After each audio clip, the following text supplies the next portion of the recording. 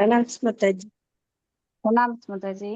नमो ओम विष्णुपदाय कृष्णप्रेष्ठाय बुद्धले श्रीमते जयपताक स्वामिनिधि नामने नमो आचार्य पादाय कृपपदायिने गौरगतदामोदय नगर ग्रामधारिणे नमो ओम विष्णुपदाय कृष्णप्रेष्ठाय बुद्धले श्रीमते भक्ति वेदांत स्वामिनिधि नामने नमस्ते सारस्वते देवे गौरवाणी प्रचारिणे निर्विशेष शून्यवादी पाश्चात्य देशधारिणे जय श्री कृष्ण चैतन्य प्रभु नित्यानंद श्री अद्वैत गदाधर शिवाशादि गौर भक्त वृंदा हरे कृष्णा कृष्णा कृष्णा हरे हरे हरे राम राम राम हरे हरे नारायणं नमस्कृत्यं नरं चैव नरोत्तमं देवीं सरस्वतीं व्यासं तदुर्जयं मुदिरेत् नष्टप्रायेषु अभद्रेषु नित्यं बाहुदा सेवया भगवती उत्तम श्लोके भक्तिर्भवति नैष्टिकी मुखं करोति वाचालं पुंगुं लंगाय देग्रं यत्कृपातमहं वन्दे श्रीगुरुं दीनतारिणं परमानन्दं माधवं श्रीचैतन्य ईश्वरम्।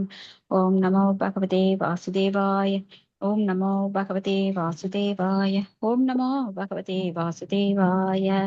इस डिवाइन ग्रेस भक्ति वेदांत स्वामी श्रील प्रभुपाद की जय। हरे कृष्णा माताजी, பாகவத பிரார்த்தனை பண்றீங்களா? யார் படிக்கிறாங்க? நான் படிப்பீங்களா மாதாஜி? படிங்க மாதாஜி. सर्व शास्त्राप्ति पीयूषा सर्व वेदैः सत्फला सर्व सिद्धांत रत्नाक्ष्या सर्व लोकैः त्रिकृदा सर्व भागवत प्राणा श्रीमद् भागवत प्रभु कलिदुवन दोदितादित्य श्री कृष्णा परिवर्तिता परमानंद पाडाया प्रेम वर्षाक्षरायते सर्वदा सर्व सेव्याय श्री कृष्णाय नमोस्तुमे मत्येह बंधो मत्संगिन मत्कुरो मन महादन मत निस्तारः मत्भाग्य मदानंद नमोस्तुते असाधु साधुदा ताயின் அதினோச்சா தாகர ஹானா முன்சா காசின்மாம் பிரேம்னா ஹிருத் கண்டேய ஸ்ப்ரா.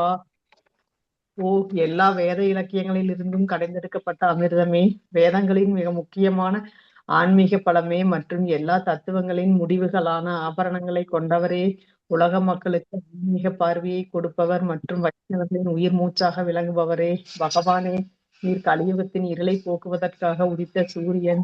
உண்மையில் நீர் எங்களிடம் திரும்பி வந்த கிருஷ்ணர். ஸ்ரீமத் பாகவதமே, உங்களுக்கு என் பணிவான வணக்கங்களை. உங்கள் படிப்பவர்கள் உன்னத ஆனந்தத்தை அடைவார்கள், ஏனெனில் உங்கள் எழுத்துக்கள் அவர்களுக்கு தூய பக்தி தொண்டை பொழிகின்றது. நீங்கள் பகவான் கிருஷ்ணரின் அவதாரமாக இருப்பதால் எப்போதும் அனைவரும் உங்களுக்கு தொண்டு புரிய வேண்டும். ஓ ஸ்ரீமத் பாகவதமே, ஓ என்னுடைய ஒரே நண்பரே, உடன் இருப்பவரே, என்னுடைய ஆசிரியரே, என்னுடைய மிகப்பெரிய சொத்துமாகவும் விடுவிப்பவருமாகவும் இருப்பவரே, என்னுடைய மிக நல்ல பாக்கியம் மற்றும் ஆனந்தமாக இருப்பவரே, என்னுடைய மரியாதை கலந்த வணக்கங்களையும் ஏற்றுக்கொள்ளுங்கள். ஓ ஸ்ரீமத் பாகவதமே, புனிதமற்றவருக்கும் புனிதத்தை வழங்குபவரே, மிகவும் வீழ்ச்சியடைந்தவர்களை உயர்த்துபவரே, என்னை எப்போதும் கைவிட வேண்டாம். கிருஷ்ணருக்காக தூய பக்தி தொண்டருடன் எப்போதும் என் இதயத்திலும் தொண்டையிலும் தோன்றுவீராக. ஹரே கிருஷ்ணா மாதாஜி. ஹரே கிருஷ்ணா. தேங்க்யூ மாதாஜி. இன்னைக்கு நாம பார்க்க போறது ஸ்ரீமத் பாகவதம் ஸ்கந்தம் 4வது ஸ்கந்தம் 21வது அத்தியாயம் 32வது ஸ்லோகம். ஹரே கிருஷ்ணா. எல்லாம் மியூட் பண்ணிக்கோங்க மாதாஜி. 31 மாதாஜி. 31 2 மாதாஜி. சரிங்க மாதாஜி, சரிங்க. ஓம் நமோ பகவதே வாசுதேவாய. ஓம் நமோ பகவதே வாசுதேவாய. ஓம் நமோ பகவதே வாசுதேவாய.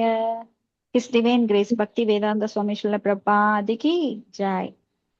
Vinirtuta Sesha Manomala Puman Asanga Vijnana Vishesha Viryavan Yat Angri Mule Krita Ketana Punar Na Samsrutim Klesha Vaham Prabatyade. நான் படிக்கிறேன். மொழிபெயர்ப்பு. ஒரு பக்தன் முழுமுதற் கடவுளின் திருவடி தாமரைகளை சரணடையும் பொழுது தவறான கருத்துக்கள் மற்றும் மனயூகங்கள் போன்றவை நீங்கி தூய்மையடைந்து பற்றற்ற நிலைக்குரியவனாக தன்னை வெளிப்படுத்துகிறான். இது பக்தி யோகத்தை தவறாது கடைபிடிக்கும் பொழுதே ஒருவனுக்கு சாத்தியமாகிறது. பகவானின் பத்ம பாதங்களை சரணடையும் பக்தன் மும்முனை துன்பங்கள் கொண்ட இப்பௌதிக வாழ்க்கைக்கு மீண்டும் வரமாட்டான். பொருளரே, சைத்தன்ய மகாபிரபு தன்னுடைய விசாஸ்தகத்தில் குறிப்பிடுகிறார். இறைவனது புனித நாமத்தை ஹரே கிருஷ்ணா கிருஷ்ண கிருஷ்ண ஹரே ஹரே என்று ஓதுவதினாலோ அல்லது அவரது நாமத்தை அவர் பெருமைகளையும் காதலினால் கேட்பதினாலோ ஒருவன் மனதில் படைந்திருக்கும் அழுக்கானது படிப்படியாக நீங்கி அவன் தூய்மை அடைகிறான். நினைவு கூர்ந்தற்கு அரிய காலம் தொட்டு நமது உலக தொடர்பின் காரணமாக நம் மனம் அழுக்கு குவியல்களால் நிரம்பி இருக்கின்றன. இதன் முழு பாதிப்பு ஒருவனுக்கு எப்போதும் ஏற்படுகிறது என்றால் அவன் தனது உடலையே தானாக கருதி அதன் காரணமாக ஜட இயற்கையின் கொடுமையான விதிகளில் சிக்கி பிறப்பு இறப்பு எனும் சுழற்சியில் சிக்க வைக்கப்படும் பொழுது உண்டாகிறது. ஒருவன் பக்தி யோகத்தில் ஈடுபடும் பொழுது அவன் மனம் இவ்வறியாமை நீங்கி தெளிவடைகிறது. அதன் பிறகு அவன் இந்த பௌதிக வாழ்விலோ அல்லது புல நிகழ்ச்சியிலோ ஆர்வம் கொள்ள மாட்டான். பக்தி அல்லது பக்தி தொண்டு என்பது வைராகியம் மற்றும் ஞானம் என்னும் இரு பண்புகளை உடையதாகும். ஞானம் என்பது ஒருவன் தான் இந்த உடல் அல்ல என்று உணர்வது. வைராகியம் என்பது புலநுகர்ச்சியின் மீதுள்ள பற்றினை விடுவது. பௌதிக பந்தத்தினை நீக்கும் இவ்விரண்டு அடிப்படை கொள்கைகளும் பக்தி யோகத்தால் உணரக்கூடியவையாகும். ஆகையினால் தான் பகவத்கீதையில் ஒருவன் பகவானின் திருவடித்தாமரின் மீது அன்பு கொண்டு இறை பணிகளில் தன்னை ஈடுபடுத்திக் கொள்வான் என்றால் அவன் தன் உடலை விட்டு நீங்கிய பின்னர் மீண்டும் இந்த பௌதிக வாழ்க்கைக்கு திரும்பி வருவதில்லை என்று பகவான் உறுதி செய்கிறார். தேகம் புனர்ஜன்ம நைதிமாம் ஏதில்சோ இதில் வரும் விஞ்ஞான என்ற வார்த்தைக்கு குறிப்பிடத்தக்க முக்கியத்துவம் உண்டு. ஞானம் என்பது ஒருவன் தான் இந்த உடல் அல்ல, இதை விட உயர்ந்த ஆத்மா என்று உணர்ந்து கொள்வது. இதனை பகவத்கீதை பிரக்மா பூதா, அதாவது ஆன்மீக உணர்வை மீண்டும் பெறுதல் என்று குறிப்பிடுகிறது. இப்பௌதிக வாழ்வின் பந்தப்பட்ட நிலையில் ஒருவனால் ஆன்மீக உணர்வுடையவனாக இருக்க முடியாது. காரணம், அவன் தன்னை பௌதிகமாக காண்கிறான். பௌதிக வாழ்க்கை மற்றும் ஆன்மீக வாழ்க்கை எனும் இவை இரண்டிற்கும் உள்ள வேறுபாட்டினை உணர்வதற்கே ஞானம் என்று பெயர். ஆதலினால் ஒருவன் இந்த ஞானம் அல்லது பிரம்மபூத நிலையை எய்தியவுடன் அவன் தன்னுடைய நிலையினையும் முழுமுதற் கடவுளின் நிலையினையும் முழுவதும் உணர்ந்து கொள்கிறான். இதுவே இங்கு விஞ்ஞான விசேஷா என்று விளக்கப்படுகிறது. பகவான் கூறுகிறார், ஆகையினால் என்னை பற்றிய அறிவு விஞ்ஞானம் ஆகும் என்று. இதையே வேறு விதமாக ஒருவன் முழுமுதற் கடவுளை பற்றி இவ்விஞ்ஞானம் அறிவியல் ஆற்றல் பெற்றவனாகும் பொழுது அவனுக்கு விடுதலை நிச்சயம் என்பது உறுதி செய்யப்படுகிறது. பகவத்கீதை 9.2 இறைவனை பற்றி விஞ்ஞானம் இவ்வாறு விளக்கப்பட்டுள்ளது.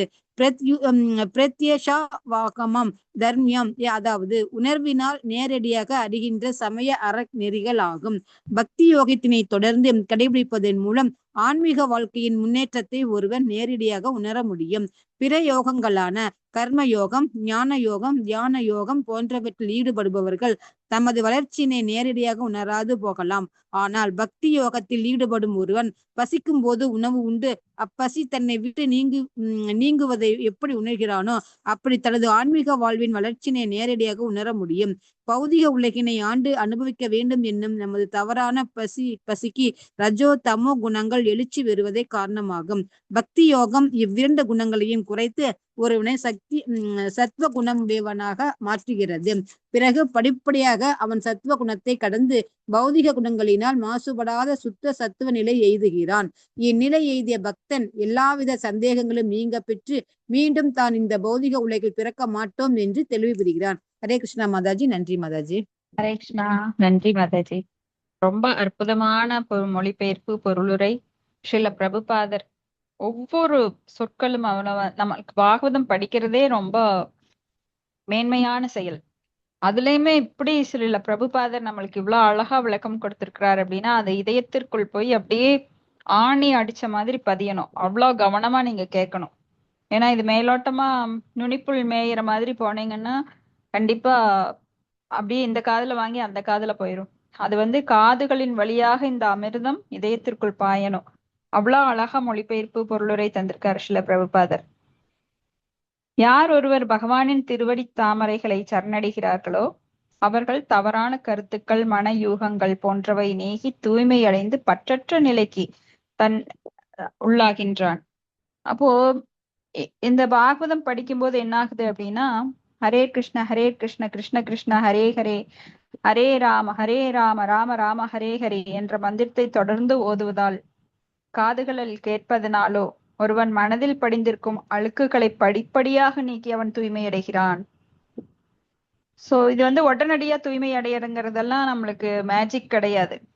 படிப்படியாக, ஏன்னா காலமாக அனாதி காலமாக நாம் என்ன பண்றோம், ஆதிர் பகிர்முக பகவானை நோக்கி பார்க்காம அவரை முகத்தை திருப்பி நானே அனுபவிக்கிறேனே இல்லாமன்னு நாம இந்த ஜட உலகத்துல வீழ்ந்த ஆத்மாக்கள் நாமெல்லாம்.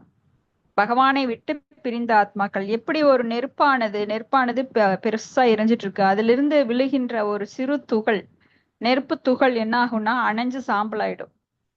அப்ப அதுக்கு பவர் இருக்காது. அது போலத்தான் நாமெல்லாம் பகவானை விட்டு வீழ்ந்த ஆத்மாக்கள், நம்மளுக்கு பவர் இல்ல பகவானை போலவே. ஆனால் அவரது குணங்களை பெற்று சிறு அளவில் நம்மில் முழுமையாக இருந்தோம். எப்போ சத்து சித்து ஆனந்தத்தோட ஆன்மீக உலகில் இருக்கும்போது. ஆனா எப்ப வீழ்ந்தமோ அந்த பவர் போயிடுச்சு. ஏன்னா நான் பகவானை விட்டு அனுபவிக்கணும் அப்படின்னு. ஏன்னா அவரை விட்டு அனுபவிக்கிறதுக்கு நம்மளுக்கு திறமை கிடையாது. உண்மையிலேயே நம்மளுக்கு பகவான் தான் அந்த திறமையை இப்ப கூட கொடுக்குறாரு. எப்படின்னா நாம அனுபவிக்கணுங்கிற எண்ணம் தவறாக இருந்தாலும் அதை நிறைவேற்றுவது உள்ள இருக்கிற பரமாத்மா தான். ஏன்னா உன்னை சொல் பேச்சு கேட்காத ஒரு தந்தை என்ன பண்றார், சரி நீ போய் வெளியில அனுபவிச்சுட்டு வா அப்படின்னு அனுப்புறார். ஆனா தந்தைகிட்ட இருந்த சுகம் நம்மளுக்கு எப்பவும் கிடைக்காது. ஏன்னா தந்தை எல்லா பொறுப்புகளையும் எதிர்த்து அவர் பாத்துக்குவார், நம்ம உட்கார்ந்து சாப்பிட்டுட்டு ஜாலியா ஒரு மேனேஜ்மெண்ட் பண்ணலாம். ஆனா தந்தையை விட்டு பிரிந்து வந்தா நானே எல்லாம் ஏல இருந்து Z வரைக்கும் பார்க்கணும். அப்ப எனக்கு முடியாம மறுபடியும் தந்தைகிட்ட திரும்பி வருவேன். அது போல நாம கஷ்டப்பட்டு அப்புறம் பகவான்கிட்ட போறதுக்காக இப்ப நாம பகவானை நினைவு கூறுகிறோம். ஏன்னா ஆதி காலம் தொட்டு பல மில்லியன் ஆண்டுகளாக நாம பல பிறவிகள் எடுத்து உலகத் தொடர்பின் காரணமா நாம அழுக்கு குவியல்களை மனதுல நிரப்பி வச்சிருக்கோம்.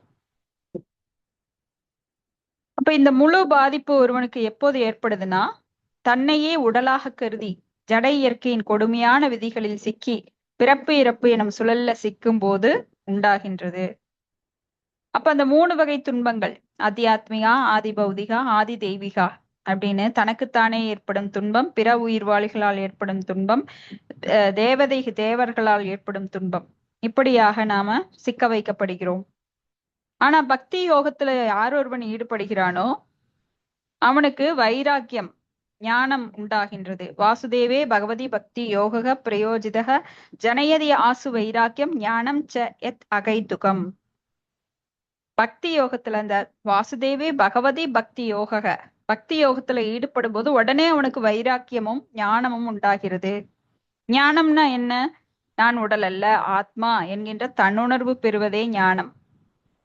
வைராக்கியம் அப்படிங்கிறது புலனுகர்ச்சியின் மீது இருக்கிற பற்றினை விடுவது. அப்ப பௌதிக பந்தத்தினை நீக்கும் இவ்விரண்டு கொள்கைகளும் பக்தி யோகத்தால் உணரக்கூடியவை. எப்போ பக்தி யோகத்துக்கு வரமோ, இது ஞான கர்ம யோக பாதைகளால் நிறைவேற்ற முடியாது. அந்த பாதைகள்ல இதுக்கு உண்டாகாது, ஞானமோ வைராக்கியமோ உண்டாகாது. அதுலயும் இருக்கு, ஆனா முழுமையான ஞானம் கிடையாது, அரை குறையான ஞானம். அது நம்மளை தவறான பாதைக்குத்தான் செல்லும்.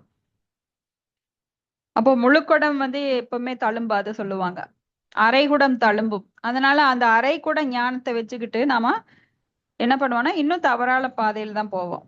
ஆனா பக்தி யோகத்துல, ஏன்னா பக்தி யோகத்துக்கு வந்தவங்க எப்படி இருப்பாங்கன்னா, திருநாத் அபி சுனிசேன தரோர் அபி ஜகிஷ்ணுனா அம்மானீனா மானதேன கீர்த்தனைய சதாஹரி. எப்பவுமே மரியாதையை எதிர்பார்க்காம, பிறருக்கு மரியாதை கொடுக்க தயங்காமல், அமானித்துவம் மிகவும் பணிவுடன் அடக்கமா இருப்பாங்க. ஆனா பக்தி யோகத்தில் இல்லாத மற்றவர்களோ, நாங்க நிறைய வித்தைகள் கற்றுக்கிறோம், சித்திகள் இருக்கு, ஞானம் இருக்கு அப்படின்னு சொல்லி கர்ம யோகத்துல எங்களுக்கு பெரும் செல்வம் இருக்கு அப்படின்னு அலட்டிக்குவாங்க. அப்ப யார் ஒருவர் பகவானின் திருவடி தாமரைகளில் இறைப்பணியில் தன்னை ஈடுபடுத்திக் கொள்வான் என்றால் அவன் தன் உடலை விட்டு நீங்கிய பின்னர் இந்த பௌதிக உலகத்திற்கு திரும்பி வர்றதில்லை அப்படின்னு பகவான் சொல்றாரு. ஜென்ம கர்மச்சமே திவ்யம் ஏவம் யோவிதி தத்வதக த்யக்த்வா தேகம் புனர்ஜென்ம நைதிமாம் ஏதிசோ அர்ஜுன. இப்போ பகவானை பற்றி அனைத்தையும் அவன் தெரிந்து கொண்டு, தன்னை பற்றியும் ஆத்மா என்ன பரமாத்மா என்ன பகவான் யார் இப்படி அப்படிங்கிறதெல்லாம் வித்தியாசத்தை நுணுக்கமாக தெரிந்து கொண்டு அவன் மீண்டும் இந்த உலகத்திற்கு வர்றது கிடையாது. ஏன்னா அவனுக்கு எல்லா விஷயம் அத்துப்படி. எது செஞ்சா கர்மா, எது செஞ்சா அகர்மா, எது செஞ்சா விக்கர்மா போன்ற நுணுக்கமான விஷயங்கள் அவனுக்கு நல்லா தெரியும் ஒரு பக்தனுக்கு. ஏன்னா ஞானம் அது விஞ்ஞானமாக்கப்படுகிறது. ஞானம்னா வெறும் தகவல்களை சேர்த்து வைக்கும் லைப்ரரி கிடையாது.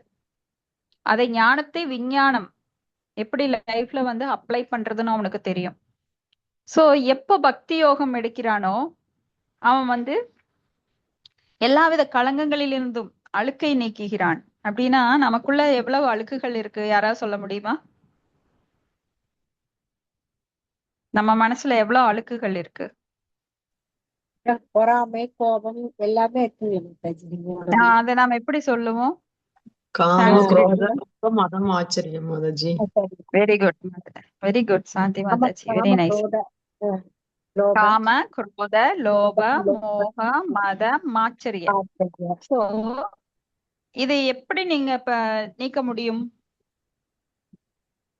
பக்தி பண்ண ஹரிநாமத்தை ஜெபிக்க ஜெபிக்க நம்ம பக்தி பண்ணுவதன் மனசுல இருக்க மூலமா. அழுக்கெல்லாம் சிலரெல்லாம் நினைக்கலாம், இப்ப வந்து நான் கோவம் மட்டும் என்னை விட்டு போக மாட்டேங்குதுங்க, மத்த குணமெல்லாம் இல்ல என்கிட்ட அப்படிம்பாங்க. என்கிட்ட பேராசை எல்லாம் இல்லைங்க அப்படிம்பாங்க.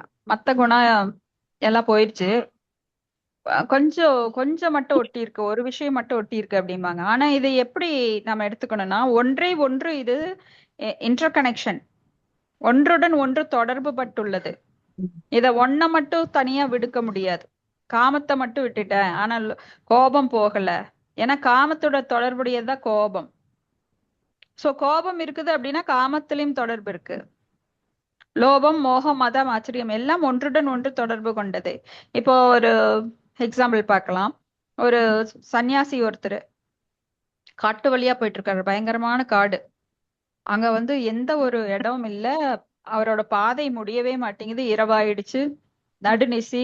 அவரால முடியல, நடக்கவும் முடியல, தங்கறதுக்கு பயமா இருக்கு. ஏன்னா அங்க கொடும் விலங்குகள் எல்லாம் இருக்கு. சன்னியாசினா முழுமையான சன்னியாசியும் கிடையாது, அவ்வளவு சக்தி வாய்ந்த சன்னியாசியும் கிடையாது, இப்பதான் ஏதோ ஆரம்ப நிலை. அப்போ அவர் வந்து ஒரே ஒரு குடில் பாக்குறாரு. அங்க வந்து ஒரு சின்ன விளக்கு எரிஞ்சிட்டு இருக்கு, அகல் விளக்கு. அதனால கொஞ்சம் வெளிச்சம் தெரியுது, அந்த இடத்த நோக்கி போறார். அங்க ஒரே ஒரு பெண் இருக்கிறா, வேசி பெண். அப்போ அவகிட்ட கேக்குறாரு, எனக்கு இந்த இரவு மட்டும் எனக்கு இடம் கொடு, இந்த இரவு மட்டும் எனக்கு இடம் கொடு அப்படின்னு. அப்ப அவ கண்டிஷன், 4 கண்டிஷன் வைக்கிறா. ஒண்ணு, நீ மது எடுத்துக்கணும், இல்ல என் கூட சூதாடணும், இல்லைன்னா என் கூட படுக்கணும், மாமிசம் இருக்கு சாப்பிடணும். ஆனா இந்த 4 கொள்கையுமே அவருக்கு ஒத்து வராது. ஆனா ரொம்ப நேரம் நின்னு பாக்குறாரு, குளிருது, பசி, ஒண்ணும் முடியல. அப்ப அவர் ஏதாவது ஒன்ன செலக்ட் பண்ணி ஆகணும், இந்த 4லயே ஏதாவது ஒன்ன செலக்ட் பண்ணி ஆகணும். அவ கண்டிஷன் வைக்கிறா. அப்போ வேற வழி இல்லாம அவர் என்ன சொல்றாரு, மது எடுத்துக்கிறேன் அப்படிங்கிறார். சோ மது எடுத்துக்கிறார். அப்புறம் தன்னால மத்ததெல்லாம் நடந்துருது. சோ மது எடுத்துட்டா என்ன ஆகும், மனசுல மயக்கம், அந்த மயக்கத்துல மத்த 3மே தானா அவர் விழுந்துடுறாரு. அது போல ஒன்றை ஒன்று சார்ந்ததுதான் இந்த காம, குரோத, லோப, மோக, மதம், ஆச்சரிய. இப்ப பக்தி தொண்டு எடுக்கும்போது இது எல்லாமே பஷ்பமாயிருது. நீங்க வேற ஏதாவது எடுத்தீங்கன்னா ஒன்றை அடக்கி ஒன்றை நாம வந்து முடியாம இருக்கலாம். இப்ப ஞான யோகம் எடுத்தீங்கன்னா அந்த மாதிரி எல்லாம் நம்மளுக்கு ஒன்றை விட்டு ஒன்றை வேணா இது பண்ணலாம். ஆனா எல்லாமே தொடர்புடையது. ஒண்ணு கீழே இருக்கும், ஒண்ணு மேல இருக்கும், ஒண்ணு கீழே இருக்கும், ஒண்ணு மேல இருக்கும். ஆனா எல்லாமே அட் அ டைம் பஷ்பமாகாது. ஆனா பக்தி தொண்டை எடுக்கும்போது எல்லா தீவினைகளும் நம்மளுக்கு பஷ்பமாயிருது. ஏன்னா யார் ஒருவர் பகவானின் கரத்தை பிடித்து விட்டார்களோ அவங்க குருவை தேடுறாங்க. குருவை தேடினோன்னா குரு வந்து அவங்க பாபங்களை எல்லாம் நிர்மூலமாக்கிடுறார் அக்னினால. சோ யாகம் நடத்தி அவங்களுக்கு தீட்சை கொடுக்கும்போது எல்லாத்தையும் நிர்மூலமாக்கிடுறார். சோ இந்த விஞ்ஞான அப்படிங்கிற வார்த்தை ரொம்ப குறிப்பிடத்தக்கது. ஞானம் என்பது ஒருவன் தான் இந்த உடல் அல்ல, இதை விட உயர்ந்த ஆத்மா அப்படின்னு உணர்ந்துக்கிறது. அதனாலதான் பகவத்கீதையில சொல்லப்படுது, பிரம்மபூத பிரசன்னாத்மா நாச்சோச்சதி நாகாங்ஷதி சமஸ் பூதேசு சர்வேசு மத் பக்திம் லபதே பராம். அந்த பிரம்ம பூத நிலையை அடைந்தவர்கள் அவங்க வந்து எல்லாரையும் சமமாக பாவிக்கிறார்கள். இதுதான் ஆன்மீக உணர்வை மீண்டும் பெறுதல் அப்படிங்கிறது. இப்ப பௌதிக வாழ்வின் பந்தப்பட்ட நிலையில் ஒருவனால் ஆன்மீக உணர்வுடையவனாக இருக்க முடியாது. சோ சேத்துல இருக்கால் ஆத்துல இருக்கால் இதெல்லாம் வேலைக்கு ஆகாது. சோ எப்பவுமே ஆன்மீகம் எடுத்துக்கிற பௌதிகம் வேணும் எனக்கு அப்படின்னா முடியாது. ஏன்னா ஆன்மீகத்துல நீங்க உயர உயர பௌதிகத்தில் நாம் விடுபட முடியும். பௌதிகத்துல இருக்கிற மாதிரி தெரியும் வெளிப்பார்வைக்கு. அவனும் சாப்பிடுறான், பக்தனும் சாப்பிடுறான், பக்தனும் வேலைக்கு போறான், அவனும் வேலைக்கு போறான். ஆனா என்ன மாற்றம் இருக்கு அப்படின்னு பார்த்தா இது சூட்சுமமானது. ஏன்னா அவன் உணர்வினால் தன்னை தூய்மைப்படுத்திக் கொள்கிறான். ஆனா அவனோட உணர்வு என்ன? பந்தப்பட்ட உணர்வா இருக்கும், பௌதிகவாதியோடது. எதுவுமே அவன் துறக்க விரும்ப மாட்டான். நற்குணங்கள் யஸ்யாதிர் பக்திர் பகவதி அகிஞ்சன சர்வே சமைசத்ர சமாசதே சூரா ஹரவ் அபக்தஸ்ய குதோ மகத் குணா. சோ இந்த மகத் குணங்கள், மிகப்பெரிய குணங்கள், உயர்வான குணங்கள் பக்தனுக்கு தானாக வந்தடையும். ஆனா அந்த பௌதிகவாதிக்கோ நற்குணங்கள் ஏதும் இருக்காது. அவனுடைய புலன்களை அவனால அடக்கவும் முடியாது. ஆனா பக்தன் எல்லா புலன்களையும் பகவானோட சேவையில ஈடுபடுத்தி எல்லாவற்றையும் பகவானுக்கு அர்ப்பணித்து அவன் அவனோட உணர்தல் எப்படி இருக்குன்னா, எதுவுமே என்னுடையதல்ல, நான் எனது என்கின்ற மமாகாரம் அகங்காரம் அவன்கிட்ட இருக்காது. சோ அவன் என்ன பண்ணுவானா, பற்றற்று இருக்க முடியும் அவனால. தாமரை இலை எப்படி நீர் ஒட்டாதோ அது போல இந்த பௌதிக உலகில் இருந்தாலும் அவன் பற்றற்று இருக்க முடியும். இது என்னுடைய வீடு, என்னுடைய மனைவி, என்னுடைய மகள் அப்படின்னு இஜ்ஜிய புத்தி அதெல்லாம் அவங்ககிட்ட இருக்காது. சோ பௌதிக வாழ்வினும் பந்தப்பட்ட நிலையில் ஒருவனால் ஆன்மீக உணர்வுடையவனாக இருக்க முடியாது. ஏன்னா அவன் எதையும் தன்னை காரணம் அவன் தன்னை பௌதீக வாழ்வின் பந்தப்பட்ட நிலையில் ஒருவனால் ஆன்மீக உணர்வுடையவனாக இருக்க முடியாது. ஏன்னா அவன் தன்னை பௌதீகமா பாக்குறான். நான் உடல், இதெல்லாம் என்னோட சொந்தம், இது என்னோட நிலம், என்னுடையது ஃபேக்டரி, நான் என்னுடைய பெயர், இது எனக்கு இவ்வளவு படிப்பு இருக்கு, இவ்வளவு செல்வம் இருக்கு அப்படின்னு பௌதீகமா தான் பார்க்க முடியும் அவனால. அப்ப பௌதீக வாழ்க்கை மற்றும் ஆன்மீக வாழ்க்கைக்கு ரெண்டுக்கும் வேறுபாட்டினை உணர்றதுக்கு தான் ஞானம்னு பேரு. அதுதான் பிரம்மபூத நிலை. அந்த பிரம்மபூத நிலை எய்தியவுடன் அவன் தன்னுடைய நிலையையும் முழுமுதற் கடவுளின் நிலையையும் உணர்ந்து கொள்கின்றான். தான் ஒரு சிறு அங்கம், பகவானுடைய சிறு அங்கம், பகவான் தான் அனுபவிக்க கூடியவர், அவருக்கு சேவை செய்யக்கூடியவர் நான் அப்படிங்கிறது எல்லாமே அவனுக்கு தெரிய வருது. அதுதான் விஞ்ஞான விசேஷ அப்படின்னு இங்க சொல்லப்படுது. சோ பகவானை பற்றிய அறிவு விஞ்ஞானம். அப்ப முழுமுதற் கடவுளை பற்றிய இந்த விஞ்ஞான அறிவில் ஆற்றல் பெற்றவனாகும் போது அவன் விடுதலை நிச்சயம், அவனுக்கு விடுதலை நிச்சயமா சொல்லப்பட்டிருக்கு. அப்ப இந்த இறைவனை பற்றிய விஞ்ஞானம் பகவத்கீதையில என்ன சொல்லப்படுதுன்னா, பிரத்யக்ஷாவகமம் தர்மியம் சுஷூகம் கருதும் அவ்வியம். சுஷூகம் அப்படின்னா என்ன? ரொம்ப சுகமானது. பகவானை பற்றிய விஷயங்கள் ரொம்ப மேன்மையானது, தூய்மையானது, நம்மை தூய்மைப்படுத்தக்கூடியது. இதை கண்களால் காண முடியும் நம்மளால. எப்படி ஒரு பக்தன் முன்னாண்ட இருந்தான்னு தெரியும். பக்தி எடுத்ததுக்கு அப்புறம் அவன் இப்ப எப்படி இருக்கிறான்னு அவனுக்கே தெரியும்.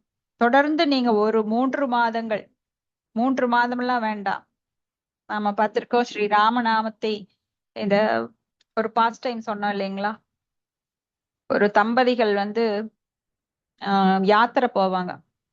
அப்பெல்லாம் வட இந்தியாவுக்கு யாத்திரை போகணும்னா ரொம்ப ரிஸ்க், காட்டு வழியா போகணும். அப்பெல்லாம் இந்த மின்சார விளக்கோ இல்ல வாகன வசதியோ எல்லாம் கிடையாது. நடைப்பயணமா யாத்திரையா தான் போகணும். யாத்திரை போகணும்னா நடைப்பயணமா தான் போகணும். அப்பெல்லாம் சத்திரங்கள் இருக்கும், அது கூட சேஃப்டி கிடையாது. அந்த சத்திரங்கள்ல கூட திருடர்கள் திருடிட்டு போயிடுவாங்க. அப்போ ஒருத்தர் ஒரு அந்தனர் தன்னோட இளம் மனைவியை, இளம் தம்பதிகள் கல்யாணமாயி யாத்திரை போறாங்க. யாத்திரை போயிட்டு அங்க நார்த் இந்தியா வட இந்தியாவை அடைஞ்சிடுறாங்க. ஆனா அந்த ஒரு கிராமத்துல தங்குறாங்க.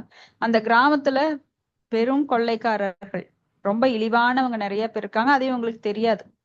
சோ புதுசா போனதுனால அங்க ஒரு வீட்டுல திண்ணையில படுத்துக்கிறாங்க. காலையில எந்திரிச்சு பாக்குறாரு, அந்த அந்தனர் மனைவி காணாம போயிடுறான். எல்லா பக்கமும் தேடுறாரு, குளம் கிணறு தோட்டம் காடு எல்லாம் தேடுறாரு, எங்கேயும் கிடைக்கல. வரவங்க போறவங்ககிட்ட எல்லாம் கேக்குறாரு. அப்ப அவங்க சொல்றாங்க, உங்களுக்கு இந்த ஊரை பத்தி தெரியாதா, நீங்க புதுசா, இங்க ரொம்ப கொள்ளையர்கள் திருடர்கள் நிறைய பேர் இருக்காங்க, ரொம்ப அநியாயம் பண்ணுவாங்க, இந்த ஊரே அதுக்கு ஃபேமஸ், நீங்க இங்க தங்குனீங்க, ஒண்ணு முன்னாடி தங்கியிருக்கலாம் இல்ல அடுத்த ஊர்ல போய் தங்கியிருக்கலாம்ல அப்படின்னு. அப்ப இவருக்கு என்ன பண்றதுனே தெரியல. கண்கள்ல கண்ணீர் வடிச்சிட்டு, சரி இப்ப அந்த வேலையாவது முடியட்டும், பக்கம்தான் அங்கிருந்துன்னு சொல்லி பகவானையாவது தரிசனம் பண்ணி பகவான்கிட்ட கெஞ்சி இறைஞ்சி கேட்டு பார்க்கலாம் அப்படின்ட்டு போய் பகவானை தரிசனம் பண்றார். பகவானை தரிசனம் பண்ணிட்டு பகவான்கிட்ட கேட்கிறார், என் மனைவி காணாம போயிட்டா, தயவு செஞ்சு அவளை திருப்பி கொடுங்கன்னு கதறி அழுதுட்டு, நான் உங்களை பார்க்க சந்தோஷமா வந்தோம், ஆனா இப்படி ஆயிடுச்சு, வரும்போது 2 பேர் வந்தோம், இப்ப தனியா போக வேண்டியிருக்கேன்னு ரொம்ப மன வருத்தப்பட்டு திரும்பி வர்றார். மறுபடியும் அந்த ஊர் வழியா தான் வர்றார். அந்த ஊர்ல மறுபடியும் ஒரு அவருக்கு ஒரு எண்ணம், எல்லா பக்கம் தேடி பார்க்கிறார். அப்போ ஒரு குளக்கரையில படிக்கட்டுல இவர் கீழே தண்ணியில குளிச்சுட்டு ஏறி வரும்போது அங்க ஒரு பெண் வந்து அவர் கால்ல விழுகிறா. பார்த்தா அந்த நார்த் இந்தியன்ஸ் மாதிரி உடையெல்லாம் போட்டிருக்கா. ஆஹ் வேற மாதிரி இருக்கா. நல்லா உத்து பார்த்தா தெரியுது இவரோட மனைவி. இவருக்கு பகீர்னு ஆயிடுச்சு. என்ன எந்த கோலத்துல இருக்க நீ? மடிசாரெல்லாம் இல்லாம நீ ஏன் இப்படி மாறிட்ட அப்படின்னு கேட்கும்போது, என்னை ஒருத்தன் கடத்திட்டு போயிட்டான், என்னை இந்த நிலைமைக்கு ஆளாக்கிட்டான்னு சொல்லி அப்போ அவர் வந்து புரிஞ்சுக்கிறார். ஆனா இவங்களோ பிராமண ஃபேமிலி, கூட்டிட்டு போனா வீட்டுல ஏத்துக்க மாட்டாங்க. நடந்த விஷயமெல்லாம் தெரிஞ்சா ஏத்துக்க மாட்டாங்க. இவருக்கு ஒரு இருதலை கொல்லி எறும்பு மாதிரி என்ன பண்றதுன்னு தெரியல. விட்டுட்டும் போக முடியாது, கூட்டிட்டும் போக முடியாது. அப்போ வேற வழி இல்லாம சரி வா நாம அங்க போய் பேசிக்கலாம், கொஞ்சம் தூரம் போய் பேசிக்கலாம்னு மறுபடியும் அவங்க தங்கின இடத்துல உக்காந்து அந்த திண்ணையில உக்காந்து 2 பேரு பேசிட்டு இருக்காங்க. எப்படி நீ தவறுன, எப்படி உன்னை இப்படி பாழ்படுத்திட்டானே, நான் எப்படி உன்னை கூட்டிட்டு போவேன், நம்ம குடும்பத்துல ஏத்துக்க மாட்டாங்களே அப்படின்னு சொல்லும்போது 2 பேரு கதறி அழுகுறாங்க. அப்போ உள்ள இருந்து ஒரு பெரிய பிராமணர், அவர் பண்டிதர், அவருக்கு இந்த சம்பாஷணைகள் எல்லாம் தெரிய வருது. அவர் தெரிஞ்சோ தெரியாமலோ அது காதுல கேட்கிறார். கேட்டுட்டு அவர் சொல்றார், கவலைப்படாது, உள்ள இருந்தே சொல்றாரு, ஒரு அசரீரி மாதிரி உங்களுக்கு வருது அந்த குரல், கவலைப்படாதீங்க, ராமநாமத்தை ஒரு 3 முறை உச்சரிங்க. இந்த குளத்துல மூழ்கி 2 பேரும் ராமநாமத்தை 3 முறை உச்சரிங்க. முழுமையாக நம்பிக்கையோட பகவானின் நாமத்தை உச்சரித்தால் போதும், நீங்க உடனே தூய்மை அடைஞ்சிருவீங்க அப்படின்னு. அப்போ இன்னொரு குரல் வருது. அவங்க அம்மா உள்ள இருந்து அதட்டுறாங்க பெரிய குரல்ல, என்ன நீ ராமநாமத்தை 3 தடவை சொல்ற, ஒரு தடவை சொன்னாலே போறோம், அதுல கூட உனக்கு நம்பிக்கை இல்லையா? நீ இவ்வளவு நல்ல ஒரு பண்டிதரா இருந்து இப்படி தப்பா சொல்றியே அப்படின்னு. அப்போ இவங்க 2 பேரும் அதே மாதிரி குளத்துல போய் மூழ்கி நல்லா பகவானை வேண்டிக்கிட்டு ராமநாமம் சொல்லும் போது மீண்டும் எழுந்து வர்றப்போ ஜெகஜோதியா எப்படி முதல்ல வந்தாங்களோ அந்த பிராமண உடையோடையே அந்த அம்மாவும் இவரும் மேல எழுந்திருச்சு வர்றாங்க. அப்போ கூடியிருந்த மக்கள், ஏன்னா மக்கள்லாம் சாட்சி கேட்பாங்க இல்லையா, எதுவானாலும் ஆதாரம் வேணும் ஆதாரம் வேணும்னு கேட்பாங்க. சோ இதெல்லாம் பகவானோட திருவிளையாடல். சோ ஆதாரம் வேணும்னு கேட்கிற மக்களை எல்லாம் அங்க பார்க்க சொல்றாரு. அந்த யார் சொன்னாரோ அந்த பண்டிதர் எல்லாரையும் கூட்டிட்டு வந்தாரு. அப்ப இவங்களை பார்த்தாங்க. எல்லாரும் பார்த்துக்கிட்டு உற்சாகமா கோஷம் எழுப்புனாங்க. ராமா ராமா ராமா ராமா ராமான்னு எல்லாம் கோஷம் எழுப்புனாங்க. சோ இவங்க அந்த புனிதத்தன்மையோட திரும்பி அவங்க சொந்த ஊருக்கு, தென்னிந்தியாவுக்கு மறுபடியும் பயணமானாங்க. சோ இதுல இருந்து என்ன தெரியுதுன்னா, நாமத்தை யார் ஒருவர் நம்பிக்கையுடன், முழு நம்பிக்கையுடன் சொல்கிறார்களோ, ஏ எதாமாம் பிரபத்தியந்தே தாம் ததைவ பஜாமியகம், நம்பிக்கை இல்லாம சொன்னா கூட பலன் இருக்கு, ஆனா 100% கிடைக்காது. நம்பிக்கையோட சொல்லும் போது 100% பலன் அவங்களுக்கு கிடைக்கும். சோ 10 குற்றங்கள் நாம பாக்குறோம். அந்த குற்றம் அபராதம் மற்ற நிலையில் நாமத்தை சொல்லும் போது இன்னும் அது நிறைய பவர் நம்மளுக்கு கொடுக்கும். சோ இந்த பகவானது நாமம் அவ்வளவு விசேஷமானது. அதான் விஞ்ஞான விசேஷ. அப்போ முழுமுதற் கடவுளை பற்றிய விஞ்ஞான அறிவில் ஆற்றல் பெற்றவனாகும் போது அவனுக்கு விடுதலை நிச்சயம் அப்படின்னு பகவான் சொல்றார். சோ பிரத்யக்ஷாவகமம் தர்மியம், அதுதான் இதை வந்து கண்ணால பார்க்கக்கூடியது. சோ மக்கள் எல்லாம் நிறைய அந்த காலங்கள்ல, இந்த காலத்திலயும் கூட கண்ணால பார்க்கலாம். எப்படி ஒரு பக்தனுடைய வளர்ச்சி, அவன் எவ்வளவு நிம்மதியா இருக்கான், அவனோட முகத்துல எவ்வளவு தேஜஸ் இருக்கு, அந்த ஆரா எப்படி பவர்ஃபுல்லா மாறிட்டு இருக்கு அப்படிங்கிறத ஒவ்வொருத்தரும் தன் கண்கூடாக காணலாம். அதான் பிரத்யக்ஷ வகமம். பிரத்யக்ஷா அப்படிங்கிறது காண்பது. சோ இது வந்து சும்மா நம்ம கற்பனையில காண்பது கிடையாது, நேராகவே காண்பதை பிரத்யக்ஷம். அடுத்தது, பக்தி யோகத்தினை தொடர்ந்து கடைபிடிப்பதன் மூலம் ஆன்மீக வாழ்க்கையின் முன்னேற்றத்தை ஒருவன் நேரடியாக உணர முடியும். அதுதான் பிரத்யக்ஷா, நேரடியாக. அப்ப கர்மயோகம், ஞான யோகம், தியான யோகம் அதுல ஈடுபடுறவங்க வளர்ச்சி நேரடியாக உணர முடியாது போகலாம். ஏன்னா அதுல ரொம்ப கஷ்டம். இப்ப பக்தி யோகத்தில் ஈடுபடும் ஒருவன் பசிக்கும் போது உணவு உண்டா பசியை நீக்குவதை எப்படி உணர்கிறானோ? இப்ப ரொம்ப பசியா இருக்கு, உங்களுக்கு உடனே பிரசாதம் கிடைச்சா என்னாகும்? சாப்பிட்டுட்டு அவ்வளவு இன்பமா இருக்கும். ஏன்னா ஒருத்தனுக்கு துன்பம் எதனால வருது? அந்த துன்பம் உடனே நீங்கும் போது அதனால அவன் மகிழ்ச்சி அடைகிறான்.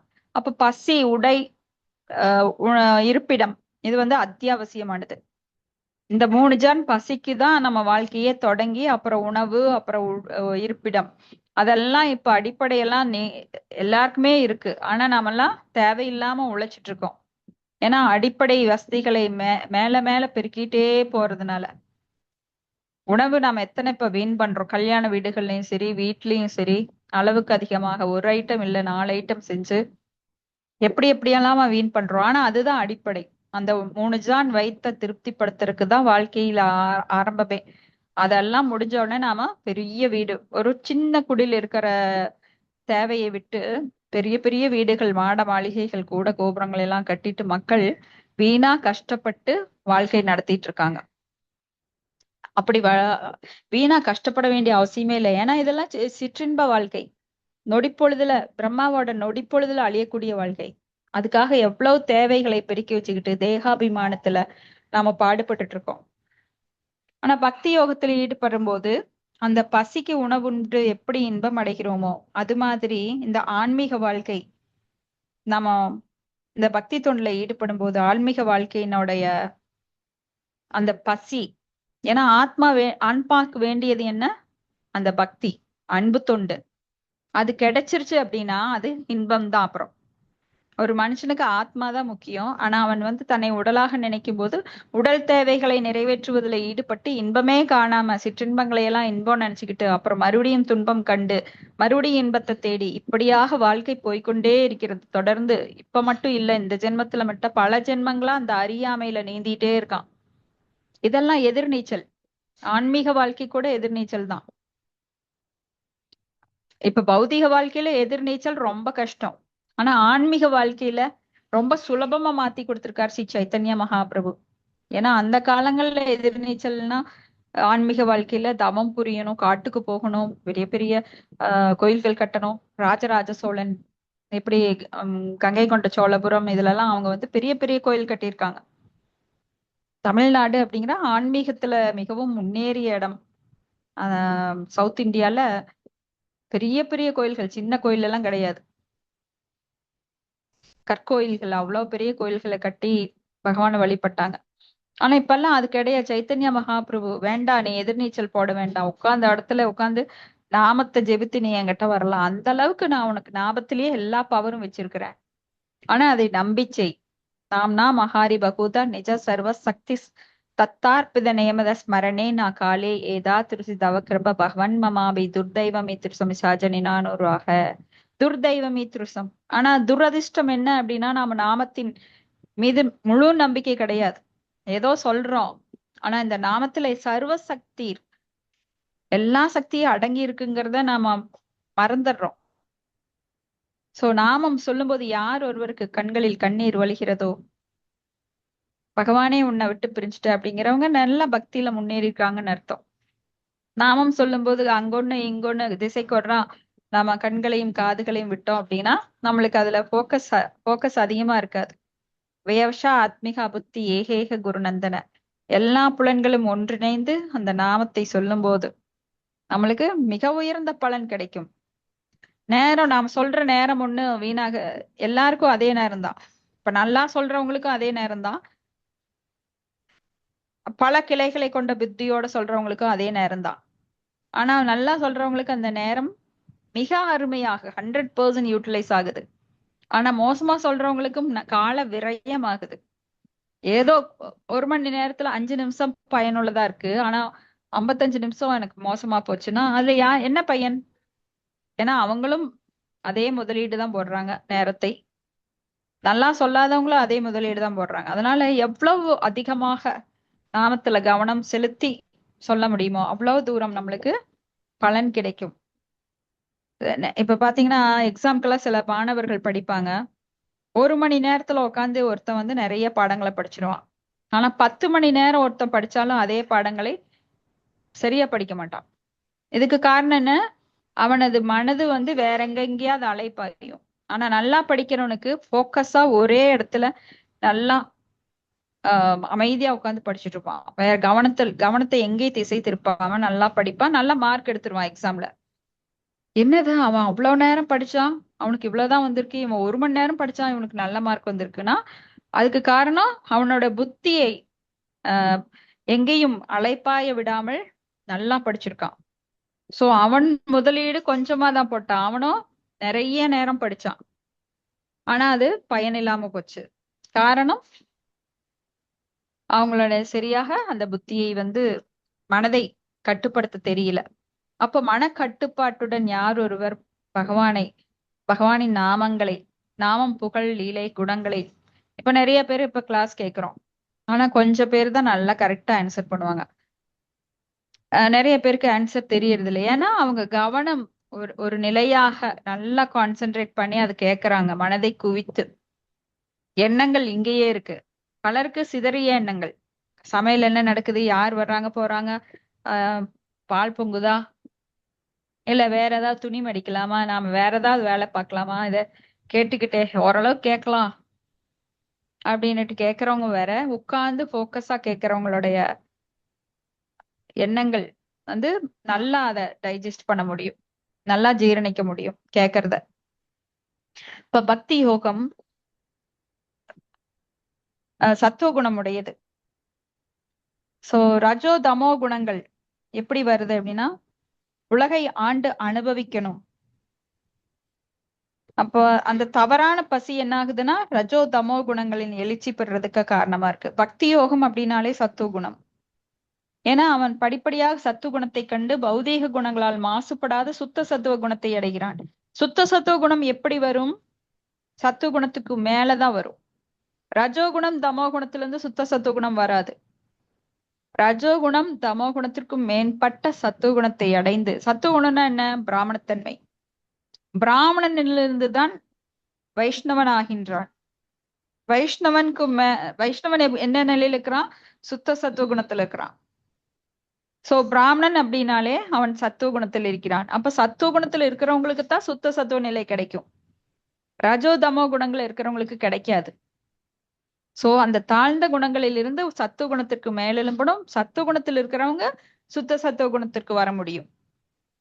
சோ இந்நிலை எய்திய பக்தன் எல்லாவித சந்தேகங்களும் நீக்கப்பெற்று மீண்டும் தான் இந்த பௌதிக உலகில் பிறக்க மாட்டோம் என தெளிவு பெறுகிறான். பிறவாமை என்கின்ற நிலைதான் மிக உயர்ந்த நிலை. அதை அடைவதற்கு கண்டிப்பா சுத்த சத்துவ நிலை பெற வேண்டும். அப்போ அவனுக்கு எல்லா சந்தேகங்களும் நீங்க பெறும். சந்தேகம்னா என்ன?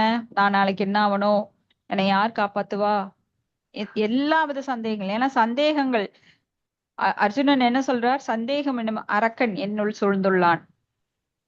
ஒரு பக்தனுக்கு சந்தேகமே இருக்காது. ஏன்னா அவன் முழு நம்பிக்கை பகவானிடம் 100% முழு நம்பிக்கையோட இருக்கான். அவனுக்கு சந்தேகமே கிடையாது. பகவான் மேல எந்த ஒரு சந்தேகம் கிடையாது. என்னை காப்பாத்துவாரா, எனக்கு நாளைக்கு சாப்பாடு கிடைக்குமா.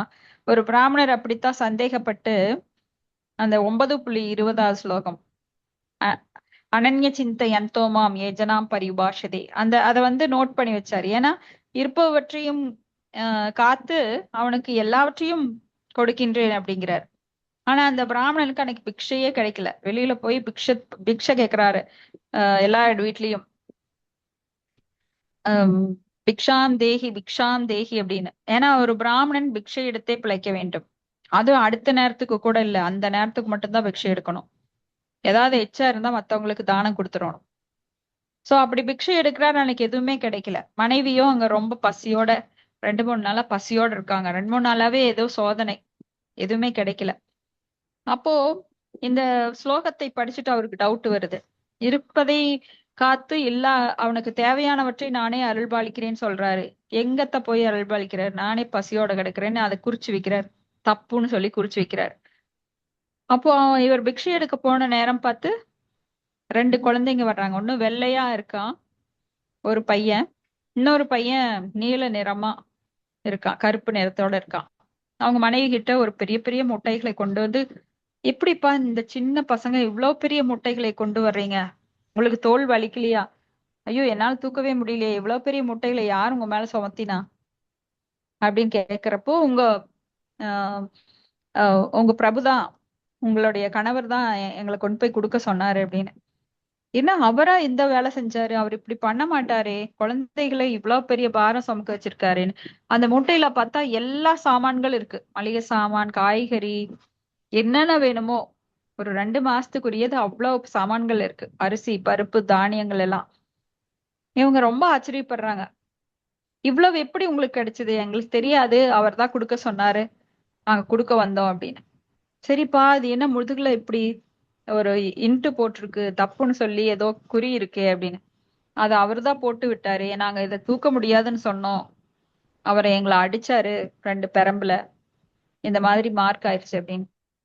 அப்படியா, இப்படியெல்லாம் என் கணவர் செய்வார், ஆனா அவள் ரொம்ப சாதுவாச்சே அப்படின்னு சொல்லிட்டு வரட்டு வச்சுக்கிறேன் அப்படின்னு சொல்லிட்டு இந்த குழந்தைக்கு போயிடுறாங்க. அப்போ அவர் கணவர் திரும்பி வர்றார், ரொம்ப தளர்ந்து போய் வர்றார். இன்னைக்கு எதுவுமே பிக்ஷா கிடைக்கல, நான் ரொம்ப கஷ்டப்பட்டு எல்லார்கிட்டையும் பிக்ஷை கேட்டேன் அப்படின்னு. இப்ப இவங்க சொல்றாங்க, நீங்க தானே இவ்வளவு கொடுத்து அனுப்பியிருக்கீங்க குழந்தைகிட்ட, இந்த குழந்தைகள் சின்ன குழந்தைங்க மேல இவ்வளவு பாரத்தை சுமத்த அனுப்பியிருக்கீங்க, பத்தாவதுக்கு நீங்க அடிச்சிருக்கீங்க முதுகுல அப்படின்னு. அப்படியா, இல்லையே, நான் யாரையும் அனுப்பலையே அப்படின்னு. இல்ல, 2 குழந்தைங்க வந்தாங்க, ஒருத்தன் வெள்ளையா இருந்தான், இன்னொருத்தன் வந்து கருப்பா இருந்தான், நீங்க தான் அவங்க முதுகுல தப்பு அப்படின்னு போடுற மாதிரி அடிச்சிருக்கிறீங்க அப்படின்னு. அப்ப இவருக்கு திடீர்னு ஞாபகம் வருது, காலையில நான் தப்பு அப்படிங்கிற இன்ட்டு அப்படி போட்டனே பகவத்கீதையில அப்படின்னு ஓடி போய் பாக்குறார். அது அங்க மறைஞ்சிருக்கு. அப்பதான் அவருக்கு புரியுது, ஓ, நாம பகவானை சந்தேகப்பட்டோம், நம்மளுக்கு வேண்டியவற்றை அருள் பாலித்து அப்படின்னு சொல்றாரு இல்லையா, அதை நாம சந்தேகப்பட்டுட்டோம், அதை வந்து நிரூபிச்சிட்டாரு அப்படின்னு சொல்லி அப்புறம் பகவான் காலில் விழுந்து மன்னிப்பு கேட்டு இது பண்றாரு. சோ இந்த மாதிரி பௌதிக உலகில பல சோதனைகள் இருந்தாலும் பகவான் நம்மை வந்து எப்பவும் காப்பாற்றுபவர் அவரே. சுக்ருதம் சர்வ பூதானாம், எல்லா உயிர்வாளிகளுக்கும் அவர்தான் ஒரே நண்பர். அடுத்த ஸ்லோகம் 33. தம் ஏவ யூயம் வஜதாத்ம விருத்திபிர் மனோ வச்ச காய குணை ஸ்வகர்மபிஹி அமாயின காமதுகாங்கிரி பங்கஜம் யதாதிகார வசிதார்த்த சித்தயः. மாதாஜி படிங்க மாதா. மொழிபெயர்ப்பு போடுறவங்க தெய்வத்தின் ஆசா பக்தி வேதாந்த சுவாமி சில பிரபானி. விருது மகாராஜா தனது குடிமக்களுக்கு அறிவுறுத்துகிறார், எப்போதும் உங்கள் மனம், வாக்கு, காயம் முதலியவைகளையும் உங்களது செயலினால் வரும் பலன்களையும் ஒளிவுமறைவு இன்றி வெளிப்படையாக இருந்து இறைவனது பக்தி பணிக்கே செலவிடுதல் வேண்டும். உங்களது திறமைக்கும் கடமைக்கும் ஏற்ப எந்த விதமான எதிர்பார்ப்புகளும் இன்றி முழு நம்பிக்கையுடன் இறைவனது திருப்படி தாமரைகளுக்கு பணி செய்வீர்களாக. அதனால் நீங்கள் வாழ்வின் இறுதி லட்சியத்தை நிச்சயம் அடைவீர்கள். பொருளுரை. பகவத்கீதையில் 18வது அத்தியாயத்தில் சர்வகர்மனா தம் அப்பியர்ச்சிய என்று குறிப்பிடப்பட்டுள்ளது. அதாவது ஒருவன் தனது சுய கடமைகளை செய்வதன் மூலமே முழுமுதற் கடவுளை வணங்க வேண்டும் என்று இத்தேவையே நமக்கு 4 வர்ணங்களையும் அதற்குரிய 4 பிரிவுகளையும் ஏற்றுக்கொள்ள வைக்கிறது. ஆகையினால்தான் பிருது மகாராஜா குணை சிவகமபி என்று கூறுகிறார். இத்தொடர் பகவத்கீதையிலும் விளக்கப்பட்டிருக்கின்றது. சாதுர்வர்ணிய மயா சிருஷ்டம் குணகர்ம பாகஷ. 4 குணங்கள் அந்தனர் 4 குலங்கள் அந்தனர், சத்திரியர், வைஷ்யர் மற்றும் சூத்திரர் என்பவை முழுமுதற் கடவுளால் ஜட இயற்கையின் குணங்களுக்கு ஏற்ப படைக்கப்பட்டவையாகும். குணங்களில்தான் குறிப்பிட்ட கடமைகள் நிறைவேற்றப்படுகின்றன. நற்குணங்களை தன்னிடத்தே கொண்டிருக்கும் ஒருவன் நிச்சயம் மற்றவரை காட்டிலும் அறிவு கூர்மை அதிகம் பெற்றிருப்பான். ஆகையினால் அவன் அந்தனருக்குரிய செயல்களான உண்மை பேசுதல், புலனடக்கம், பணடக்கம், எப்போதும் தெளிவோடு இருத்தல், பொறுமையை பயில்தல், தனது ஆத்மாவை பற்றிய முழு உணர்வு பெற்றிருத்தல், இவற்றோடு பகவானது பக்தி தொண்டினை அறிந்து கொள்ளுதல் போன்றவற்றை அவனால் செயற்படுத்த முடியும். இவ்வாறு தன்னை பகவானின் அன்பு தொண்டில் ஈடுபடுத்திக் கொள்வானே உண்மையான அந்தணன் ஆவான். அவனை தன் வாழ்வின் உன்னத லட்சியத்தையும் அடைகிறார். அதுபோல் சத்திரியர்களின் கடமைகளாக குடிமக்களை காத்தல், தானமாக தனது உடைமைகளை அளித்தல், வேத நெறிகளின்படியே ஆட்சி செய்தல், மேலும் எதிரிகள் தாக்கினால் அச்சமின்றி துணிந்து போராடுதல் போன்றவனாகும். இவ்வாறு ஒரு சத்திரியன் தனது தொழில்களின் மூலம் முழுமுதற் கடவுளை திருப்தி செய்தல் வேண்டும். இதுபோல் வைசியர்களும் முழுமுதற் கடவுளை திருப்தி செய்வதற்காக விதிக்கப்பட்ட கடமைகளாவன உணவுப் பொருட்களின் உற்பத்தியை பெருக்குதல், பசுக்களை காத்தல், தேவைக்கு அதிகமான விவசாய பொருட்களை விற்பனை செய்தல் போன்றவனாகும். இதுபோல் சூத்திரர்கள் தேவையான மதிநுட்பம் வாய்க்க பெறப்படாதவர்கள், வாய்க்கப்பெறாதவர்கள். ஆதலினால் தன்னை விட சமுதாயத்தில் உயர்ந்தவர்களுக்கு பணி செய்தல் வேண்டும். ஒவ்வொருவரும் மனதினால் கிருஷ்ணரையே சதா நினைத்துக் கொண்டிருப்பதினாலும் வாக்கினால் பகவானை பிரார்த்திப்பது அல்லது அவரது பெருமைகளை பற்றி பேசுவதினாலும் தனது உடலினால் பகவானை திருப்திப்படுத்துவதற்கு தேவைப்படும் தொண்டில் ஈடுபடுவதினாலும் முழுமுதற் கடவுளை திருப்திப்படுத்துவதே நோக்கமாக கொண்டிருக்க வேண்டும். மனித உடலை எடுத்துக்கொண்டால் கூட தலை, கரங்கள், வயிறு, கால்கள் என்று பிரிவுகள் இருப்பது போல் மனித சமுதாயம் அவர்களது பௌதிக குணங்கள் மற்றும் சுய கடமைகளுக்கு ஏற்ப 4 பிரிவுகளாக பிரிக்கப்பட்டு இருக்கின்றது. அதனால்தான் கூர்ந்த மதியுடைய அந்தணர்கள் தலைக்கு உரிய செயல்களையும் சத்திரியர்கள் கரங்களுக்குரிய செயல்களையும், வைசியர்கள் வயிற்றிற்குரிய செயல்களையும், சூத்திரர்கள் கால்களுக்குரிய செயல்களையும் செய்தல் வேண்டும். வாழ்க்கையில் தத்தமக்குரிய கடமைகளை செய்வதனால் எந்தவித ஏற்றத்தாழ்வும் இல்லை. அப்படியே உயர்வு தாழ்வு இருப்பதாக கொண்டாலும் நமது பொது நோக்கம் முழுமுதற் கடவுளை திருப்திப்படுத்துவது. ஆதலினால் இப்பிரிவுகளுக்கிடையே எந்தவித வேற்றுமையும் கிடையாது. இப்போது ஒரு கேள்வி எழலாம். பகவான் ஆனவர் மிகப்பெரிய தேவர்களான பிரம்மதேவன், சிவபெருமான் போன்ற பெரியவர்களால் துதிக்கப்படுபவர். ஆதலினால் இப்பூமியை சேர்ந்த சாதாரண மனிதர்கள் எவ்வாறு அவருக்கு தொண்டு செய்வது? இதற்கு பிருது மகாராஜா யதாதிகார, அதாவது அவனது திறமையை பொறுத்து என்று அழகாக பதில் கூறுகிறார். ஒருவன் தனது கடமையை முழு கவனத்துடன் செய்தால் அதுவே போதுமானதாகும். ஆகையினால் ஒருவன் தன்னை விட உயர்ந்த பிரம்மதேவன், சிவபெருமான், தேவேந்திரன், பகவான் சைதன்யர் மற்றும் ராமானுஜாச்சாரியார் போன்று ஆக வேண்டும் என்று தேவையில்லை. வாழ்வின் கீழ்நிலையில் இருக்கும் ஒரு சூத்திரன் கூட இவர்களைப் போல் மேன்மையடைய கூடும். ஒளிமறைவு இன்றி வாழும் எவன் ஒருவனும் பக்தி தொண்டில் வெற்றி பெற முடியும். அதனாலேயே ஒருவன் மனதில் எதையும் மறைக்காது வெளிப்படையாக இருக்க வேண்டும் என்று இங்கே வற்புறுத்தப்படுகிறது. தாழ்ந்த நிலையில் இருப்பது இதை தொண்டாற்றுவதற்கு தகுதியின்மை அன்று. அந்தணனோ, சத்திரியனோ, வைஷ்யனோ அல்லது சூத்திரனோ அவனுக்கு இருக்க வேண்டிய ஒரே தகுதி மனதில் எதையும் கரவாது உண்மையாக வெளிப்படையாக நடத்தல் ஒன்றேயாகும். அதன் பிறகு தனக்கு விதிக்கப்பட்ட கடமையை ஒரு ஆன்மீக குருவின் துணையோடு முடித்தான் என்றால் அவன் தன் வாழ்க்கையின் உயர்ந்த வெற்றியினை பெறக்கூடும். பகவானும் இதனையே தான் ஸ்திரியோ ஸ்வைஸ்வான் ததா சித்ராஸ் தே பி யாந்தி பராம் கதிம் என்று உறுதிப்படுத்துகின்றார். அது ஒருவன் அந்தணனோ, சத்திரியனா, வைசியனா, சூத்திரனா அல்லது தாழ்த்தப்பட்ட பெண்ணா அது பற்றி கவலை இல்லை. ஒருவன் முழு ஈடுபாட்டுடன் தனது உடலாலும் மனதாலும் புத்தியினாலும் பக்தி தொண்டு செய்தான் என்றால் அவன் உறுதியாக வீடு பேறு பெறுவதில் வெற்றி பெற்று முழுமுதற் கடவுளை அடைவான். பகவானின் பத்ம பாதங்கள் இங்கே காம துகாங்கரி பங்கஜம் என்று அழைக்கப்படுகின்றன. காரணம், அவை ஒருவனது எல்லாவித இச்சைகளையும் தீர்த்து வைக்கும் ஆற்றல் பெற்றவை. ஆதலினால் ஒரு பக்தனின் இந்த வாழ்க்கையில் கூட மகிழ்ச்சியுடனே இருக்கின்றார். காரணம், அவனுக்கு பௌதிக தேவைகள் இருந்த போதிலும் அத்தேவைகளுக்குரிய பொருட்கள் அனைத்தும் அவனுக்கு கிடைப்பதினால் அவன் திருப்தி அடைகின்றார். முடிவில் அவன் இவ்வுடலை பிரியும் பொழுது வீடு பேறு பெற்று முழுமுதற் கடவுளையும் அடைகிறார். இதில் எந்த ஒரு ஐயமும் இல்லை. ஹரே கிருஷ்ண. தேங்க்யூ. தேங்க்யூ மாதாஜி. இங்க எப்படி வர்ணாசிரம கடமைகளை நிறைவேற்றி கொண்டு இறைவனை அடைவது அப்படிங்கிறத சில பிரபுபாதர் சொல்றார். இப்ப பிருத்து மகாராஜா என்ன சொல்றாருன்னா தன்னுடைய மக்களுக்கு எப்போதும் உங்கள் மனம், வாக்கு, காயம், வாச்சோ கர்மனோ புத்தி, இதை கொண்டு உங்களது செயல்களால் வரும் பலன்களையும் ஒளிவு மறைவு இன்றி வெளிப்படையாக இருந்து இறைவனின் பக்தி பணிக்கே செலவிடுதல் வேண்டும். அதாவது திறமைக்கும் கடமைக்கும் ஏற்ப எந்த எதிர்பார்ப்புமின்றி முழு நம்பிக்கையுடன் பகவானின் திருவடி தாமரைகளுக்கு சேவை செய்யணும். இதுதான் வாழ்வின் இறுதி லட்சியம். அப்போ ஸ்வகர்மனா தம் அப்பியர்ச்ச, அதாவது தன் சுய கடமைகளை செய்வதன் மூலம் முழுமுதற் கடவுளை வணங்க வேண்டும். இப்ப வர்ண ஆசிரமம் 4 வர்ணங்கள், பிராமணா, சத்திரியா, வைசியா. பிராமணர்கள் அறிவிலுக்கு சிறந்தவர்கள் அப்படிங்கிறதுனால அவங்க சமோ தபஸ்தப சௌச்சம் சாந்தி ரார்ஜவம் ஏவச்ச ஞான விஞ்ஞான ஆஸ்திக்யம் பிரம்ம கர்ம சொபாவச்சம். அவங்க அமைதி, சுய கட்டுப்பாடு, தவம், தூய்மை, சகிப்புத்தன்மை, நேர்மை, அறிவு, பகுத்தறிவு, ஆத்திகம். ஆத்திகம் அப்படின்னா நாத்திகம் கிடையாது. நாத்திகம் அப்படின்னா ஆத்திகத்திற்கு ஆப்போசிட். ஆத்திகம்னா ஆன்மீக வாழ்வில் சிறந்தவர்களாக பிராமணர்கள் செயல்படுவார்கள். அப்போ இந்த பிராமணர்கள் புத்தி கூர்மையுடையவர்கள்ன்றதுனால அவங்க சாத்விக உணவை எல்லாம் உண்டு எப்பவுமே வேதங்களை படித்து சுய கட்டுப்பாடு கட்டுப்பாட்டோட இருப்பாங்க.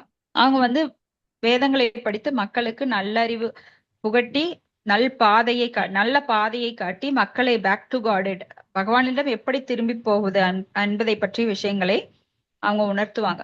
கோயில்கள்ல வந்து மந்திரம் சொல்லி பகவானை ஆராதிக்கக்கூடியவர்களாகவும் இப்படி பிராமணர்களோட கடமை. அதே போல சத்திரியர்கள் அவங்க வந்து குடிமக்களை எவ்வாறு காப்பது, அவங்களுக்கு எப்படி தர்மம் செய்யறது, இதையெல்லாம் அவங்க செய்வாங்க. ஏன்னா அவங்க வந்து பலத்தில் சிறந்தவர்களாக ரஜோகுணத்திலும் சத்துவகுணத்திலும் இருப்பாங்க. வைஷ்யர்கள் அப்படின்னா அவங்க சத்துவகுணத்துல இருக்கிறது ரொம்ப கஷ்டம். ஆனா ரஜோகுணத்திலையும் தமோ குணத்திலையும் இருப்பாங்க. அவங்களுக்கு என்ன சொல்லப்பட்டிருக்கு, பரிந்துரைக்கப்பட்டிருக்கு? விவசாயம், தொழில் கடமைகள், அது மட்டுமல்ல பசு பராமரிப்பு, இதுல அவங்க ஈடுபடணும். அப்ப இவங்கெல்லாம் வந்து பகவானோட இடுப்பு பகுதியில இருந்து வந்தவங்க. பிராமணர்கள் பகவானோட தலைப்பகுதியில, அதனால் மூளையா செயல்படுறாங்க சமூகத்திற்கு.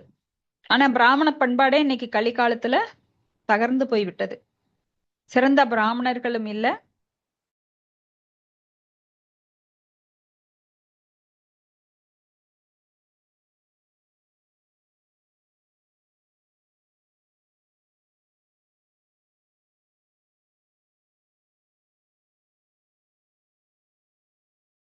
பகவானுக்கு பிடித்ததை செய்யும் போதுதான் நாம மகிழ்ச்சியுறுகிறோம். ஏன்னா பகவான் திருப்தி அடையும் போது நாம் தானாக திருப்தி அடைகிறோம். எப்படி உடலுக்கு பல பாகங்கள் சேவை செய்கிறதோ அவ்வாறு பகவானுக்கு சேவை செய்யும் போது தானாகவே அந்த உடல் பாகங்கள் திருப்தி அடைவது போல நாமும் திருப்தி அடைவோம். ஆனா நிறைய பேர் ஆப்போசிட்டா அவங்க கற்பனைக்கு தகுந்த மாதிரி ஸ்பெகுலேட் பண்ணி செய்யறாங்க.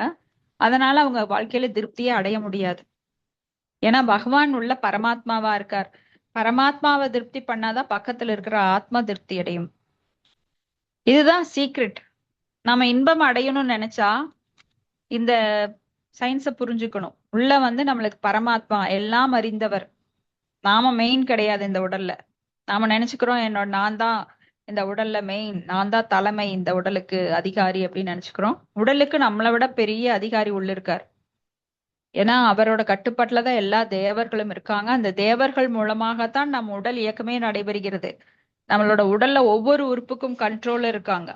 33 தேவர்கள், வருணன், இந்திரன், சந்திரன் அப்படின்னு எல்லாருமே. சந்திர திசை மோசமா இருந்தா பாருங்க, உங்களுக்கு புத்தி பேதலிக்கும். அவங்கெல்லாம் சந்திர பகவானை வழிபட சொல்லுவாங்க. இப்போ அமாவாசை பௌர்ணமி தினங்கள் எல்லாம் புத்தி பேதலித்தவங்க, மனம் ரொம்ப இதா இருக்கிறவங்க எல்லாம் பைத்தியக்காரங்கன்னு சொல்லுவாங்க. அந்த ஹாஸ்பிட்டல்ல போய் பாத்தீங்கன்னா அவங்க பௌர்ணமி அமாவாசை தினங்கள்ல ரொம்ப கொஞ்சம் அஜிடேட்டடா இருப்பாங்க. எதனாலயோ தூண்டப்பட்டு ரொம்ப பேசுவாங்க, ரொம்ப ஆர்ப்பாட்டம் பண்ணுவாங்க. எனக்கு என்ன அமாவாசையா நம்மளை கூட கேட்பாங்க, வீட்டுல ஏதாவது பிரச்சனை பண்ணனா பைத்தியம் முத்திருச்சான்னு கேட்பாங்க. சோ அது சந்திர திசையோட பாதிப்பு. சோ சந்திரன் ஆளுமையில இருக்கு மனம். இப்ப மனதை கண்ட்ரோல் பண்ணோம்னா சந்திரனுடைய பவர் வேணும். சோ இவங்கெல்லாம் யாருக்கு கட்டுப்பட்டவர்கள்? முழுமுதற் கடவுள் பகவானுக்கு கட்டுப்பட்டவர்கள். அப்ப பகவானுடைய ஆணைப்படிதான் அவங்க செயல்படுறாங்க. சோ ஒரு செயல் செய்யறோம் அப்படின்னா அதுக்கு முழுமையான காரணம் நான் நினைக்க கூடாது. அகங்கார விமூடாத்மா கர்த்தாகம் விதி மன்யதேன. சோ எல்லாம் நாம் சேவிக்கப்படுகிறோம் முக்குணங்களால.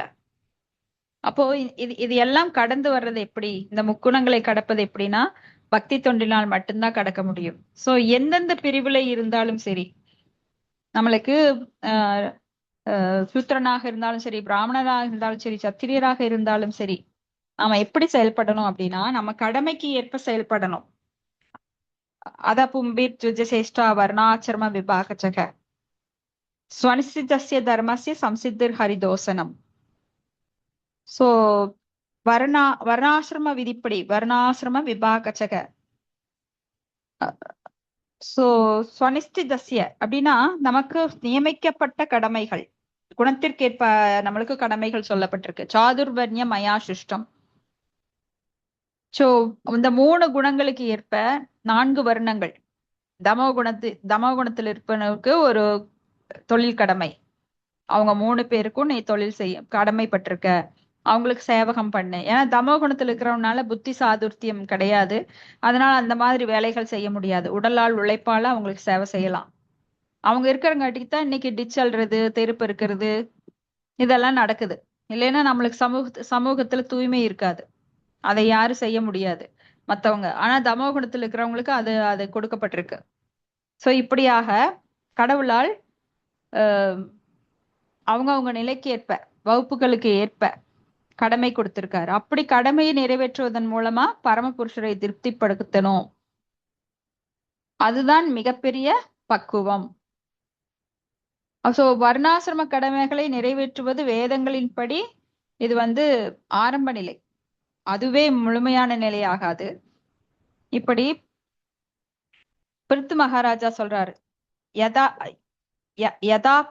யதாதிகார, அதாவது திறமையை பொறுத்து. சோ தனது கடமையை முழு கவனத்துடன் செய்தால் அதுவே போதுமானது. இப்ப பிரம்மதேவர், சிவபெருமான், தேவேந்திரன், சைத்தன்யர், ராமானுஜ ஆச்சாரியார் எல்லாருமே அப்படிதான் இருந்து செஞ்சாங்க, பகவானுக்கு சேவை செஞ்சாங்கன்னா மேல இருக்கிறவங்களோட நம்மளோட ஒப்பிடக்கூடாது. ஏன்னா நமக்குன்னு செய்ய முடியும். நமக்குன்னு ஒரு இப்ப அணில் பாத்தீங்கன்னா ராமரோட சேவையில ஈடுபட்டது. சோ யாரு என்ன செய்யறாங்க, எவ்வளவு செய்யறாங்கன்னு கிடையாது. அன்புடன் எதை செய்தாலும் பகவான் அதை ஏற்றுக்கொள்கிறார். இப்போ ஹனுமன் அந்த வானரங்கள் எல்லாமே பாலம் அமைப்பதுல பெரிய பெரிய பாறாங்கள் எல்லாம் தூக்கி போட்டுட்டு இருந்தாங்க. அப்ப இந்த அணில் சின்ன கல்லை உருட்டிட்டு ஓடுச்சு. அப்ப அவங்க எல்லாம் பார்த்து சிரிச்சாங்க. அப்ப பகவான் சொன்னார், சேவையில பெரிய சேவை சின்ன சேவையெல்லாம் கிடையாது. யார் ஒருவன் எனக்கு சேவை செய்கிறார்களோ அன்புடன் அதை நான் முழுமையாக ஏற்றுக்கொள்கிறேன் அப்படிங்கிறார்.